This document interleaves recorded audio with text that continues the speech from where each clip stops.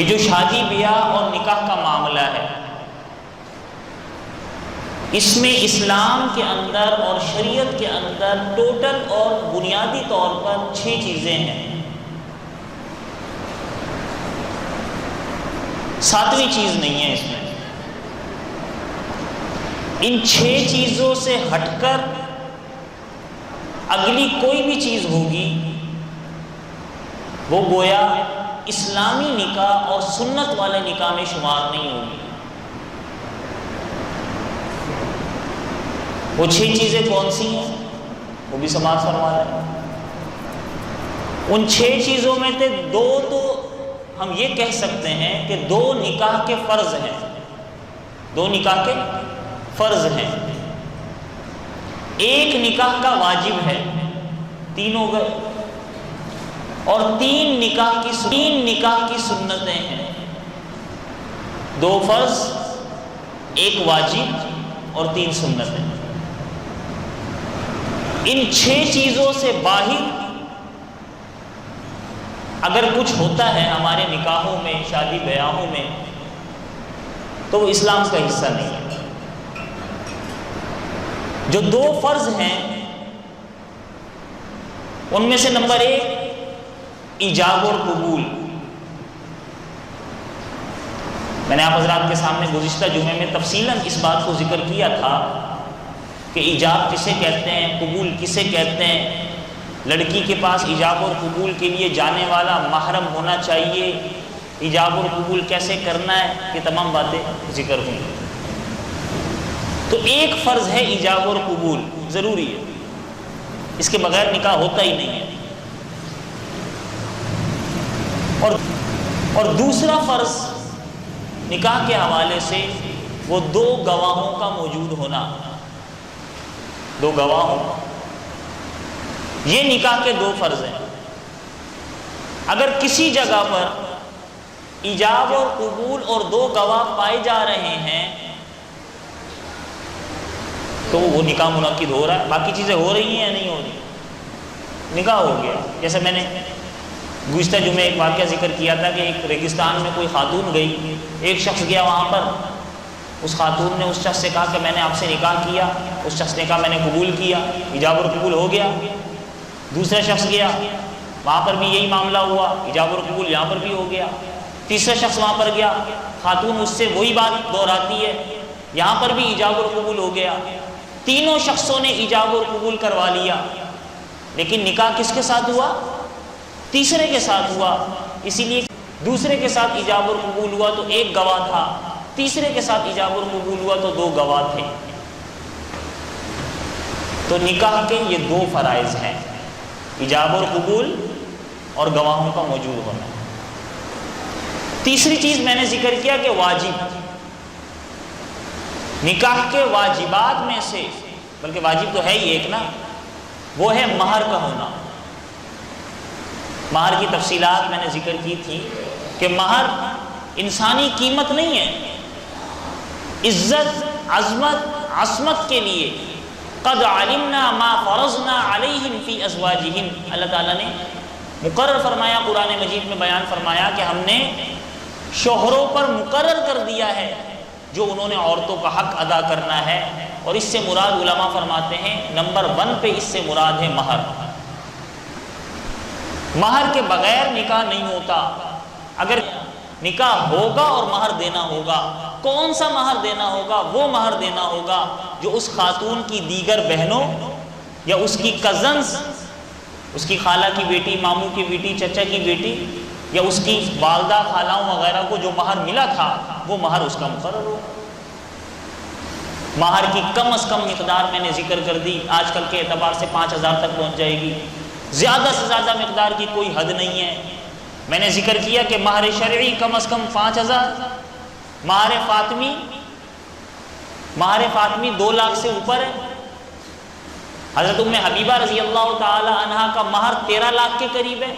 یہ تمام تفصیلات میں نے حساب کتاب لگا کر پچھلے جمعے میں ذکر کی تھی۔ تو تیسری چیز جو نکاح میں ہے، واجب ہے، وہ مہر ہے۔ اس کے بعد اگلی بات یہ ہے کہ 3 چیزیں نکاح کی سنتیں کہلاتی ہیں۔ 3 چیزیں نکاح کی سنتیں کہلاتی ہیں۔ ان 3 چیزوں میں سے پہلی چیز ہے خطبہ۔ نکاح کا جو خطبہ ہوتا ہے، قاضی، نکاح پڑھانے والا جو خطبہ دے رہا ہے، جس میں سب سے پہلے اللہ تعالیٰ کی حمد ہوتی ہے، پھر نبی علیہ الصلوۃ والسلام پر درود ہے، پھر اس کے بعد نکاح سے متعلق کچھ آیاتیں، کچھ حدیثیں تلاوت کی جاتی ہیں، یہ ہے خطبہ۔ ایک ہی خطبہ ہوتا ہے نکاح کا، جمعے کے 2 خطبے، عیدین کے 2 خطبے، نکاح کا ایک ہی خطبہ ہوتا ہے۔ جمعہ اور عیدین کے خطبے کھڑے ہو کر دیے جاتے ہیں، نکاح کا خطبہ دینے کے لیے کھڑا ہونا ضروری نہیں ہے، کھڑے ہو کر بھی دے سکتے ہیں، بیٹھ کر بھی دے سکتے ہیں، سنت ہے۔ اگر کہیں نکاح ہوا خطبہ نہیں ہوا، نکاح ہو جائے گا، لیکن سنت کے چھوڑنے کی وجہ سے ترک سنت کا گناہ لازم آ جائے گا، سنت کی کمزوری اور سستی کا گناہ لازم آ جائے گا، سنت کی کمزوری اور سستی کا گناہ لازم آئے گا، بس اتنی سی بات ہے۔ لہٰذا اس کی بھی اہمیت ہے۔ تو نکاح کی 3 سنتوں میں سے ایک سنت ہے خطبہ۔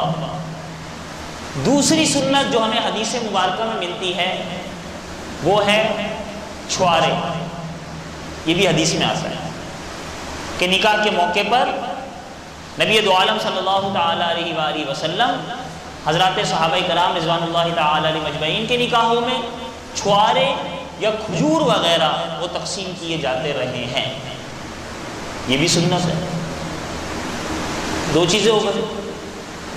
تیسری چیز جو نکاح کی سنت ہے وہ ہے دعوت ولیمہ، ولیمے کا کھانا، ولیمہ مسنونہ، جو لڑکے والوں کی طرف سے کھلایا جائے کھانا، وہ ولیمہ، یہ بھی سنت ہے۔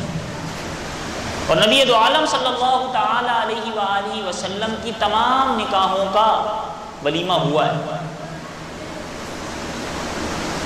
چاہے گنجائش تھی یا نہیں تھی۔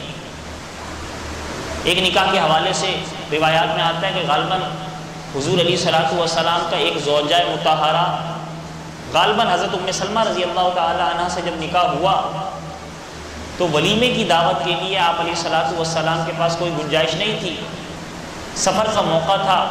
حضور علیہ الصلوۃ والسلام نے صحابہ کرام رضوان اللہ تعالی مجمعین سے فرمایا کہ بھائی ہے کسی کے پاس کوئی چیز، بھائی جو کھانے کا ہے وہ لے آؤ، دسترخوان لگا، کوئی کھجوریں لے کر آ رہا ہے، کوئی مکھن لے کر آ رہا ہے، کوئی پنیر لے کر آ رہا ہے، جس کے پاس بھی جو تھا وہ لے آئے، دسترخوان پہ رکھا گیا، تمام صحابہ کرام رضوان اللہ تعالی مجمعین کو جمع فرمایا گیا، حضور علیہ السلام نوش فرمایا گیا، وہ دعوت ولیمہ، کوئی تکلفات نہیں۔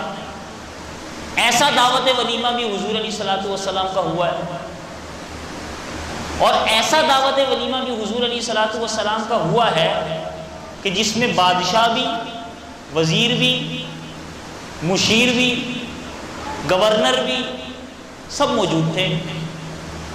میں نے پچھلے جمعے ذکر کیا تھا کہ آپ علیہ الصلوۃ والسلام کا حضرت ام حبیبہ رضی اللہ تعالی عنہا کے ساتھ جو نکاح ہوا وہ حبشہ کے بادشاہ نجاشی نے پڑھایا تھا، شاہ حبشہ جو مسلمان ہو گیا تھا، اس نے اس نکاح کا خطبہ بھی دیا، اور اسی نے 4000 درہم مہر مقرر کیا، جو تقریباً 13 لاکھ سے اوپر بنتا ہے موجودہ وقت کے اعتبار سے، اور اسی نے وہ مہر جو تھا حضور علیہ الصلوۃ والسلام کی طرف سے ادا کیا۔ وہ بادشاہ تھا، پھر اس نے دعوت ولیمہ، وہ بادشاہ تھا پھر اس نے دعوت ولیمہ بھی کیا۔ بعض جگہوں پر آتا ہے 1 دن، بعض جگہوں پہ آتا ہے 3 دن تک وہ دعوت ولیمہ چلتا رہا۔ تو ایسا دعوت ولیمہ بھی حضور علیہ الصلوۃ والسلام کا ہوا ہے۔ تو یہ 6 چیزیں، میں تھوڑا سا اس دعوت ولیمہ کی آگے بھی تفصیل ذکر کروں گا، لیکن یہ 6 چیزیں نکاح میں ہیں: ایجاب اور قبول، گواہوں کا ہونا، اس کے بعد مہر کا ہونا،